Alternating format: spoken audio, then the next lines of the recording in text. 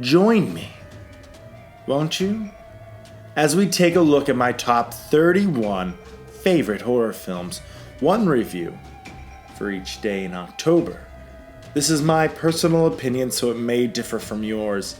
This is a non-spoiler review, so sit down, strap yourself in, because tonight we're taking a look at Wes Craven's Scream.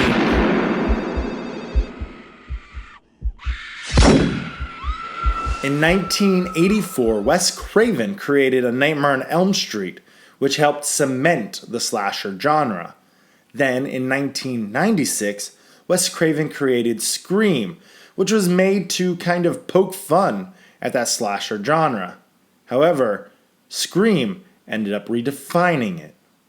It was intended to be the slasher movie to end all slasher movies. However, Scream was so popular that actually resurged life back into the slasher genre. Oops. Movies like I Know What You Did Last Summer, Urban Legend, and Final Destination were all made to cash in on the new life in the genre. It's not every day that a film redefines a genre by doing exactly what made the genre popular to begin with. But don't get me wrong, the idea of Scream is fantastic. I love the idea of a killer who is maybe a little too obsessed with scary movies, and victims that know the rules of the horror movie. There are certain rules that one must abide by in order to successfully survive a horror movie. The victims know the cliches of all these horror movies that the killer is trying to reenact. No, it's just, what's the point? They're all the same. Some stupid killer stalking some big-breasted girl who can't act, who's always running up the stairs when she should be going out the front door. It's insulting. Where Scream falls short is that even though the characters know what not to do, they still do it. The characters still die in the same predictable way that they would in any other slasher movie, and even though they know the cliches, they still fall for them. Honestly, it might be a social commentary on teens and young adults at the time, but since this movie was targeted to that demographic, I highly doubt that was the initial intention. I just think it was the 90s, and things were a lot edgier and had a lot of tood, man. Yeah, tood is what kids in the 90s used to say. It's short for attitude, dude. And it was really, really dumb. So, even though Scream thought it was being edgier than it actually was, the movie itself was really well done. The story is great with plenty of twists and turns.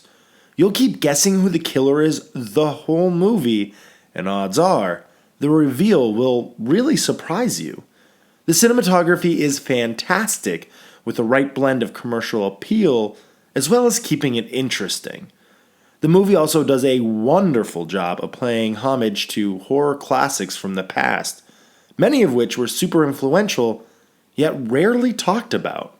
It's nice that a movie just doesn't give a nod and a wink to the most popular films. It gives hardcore fans serious reason to geek out. Seriously, Scream references Terror Train, I Spit on Your Grave, Prom Night, The Bad Seed, and The Town That Dreaded Sundown, just to name a few of the more obscure titles. This is standard horror movie stuff. Prom Night Revisited, man. Yeah. And Scream does more than just making passing remarks regarding older horror films. Some elements of Scream actually mirror many great films in either story aspects or how something plays out. And it's never done in such a way that it's completely obvious. It's done out of respect.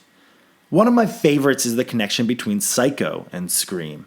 No spoilers here, so I won't say what Scream and Psycho have in common, but go watch both of these movies and see if you can spot the things that are similar or inspired by Psycho in Scream. My favorite part about Scream is when the lead actress, Drew Barrymore, is on the phone while she's home alone, talking to a stranger. What's your favorite scary movie? I don't know. At no point is a killer mentioned or hinted at during this point in the movie. We as the audience are completely unaware of any foul play. While she's on the phone, the stranger begins acting weird and slightly unstable. He asks questions regarding horror films. The tension grows, and we as the audience gets pulled in. It's so well done and effective. Why do you want to know my name? I want to know who I'm looking at.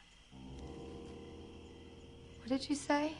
So many movies parodied this scene or completely ripped it off. It was really popular and almost as popular as the slow motion found in The Matrix.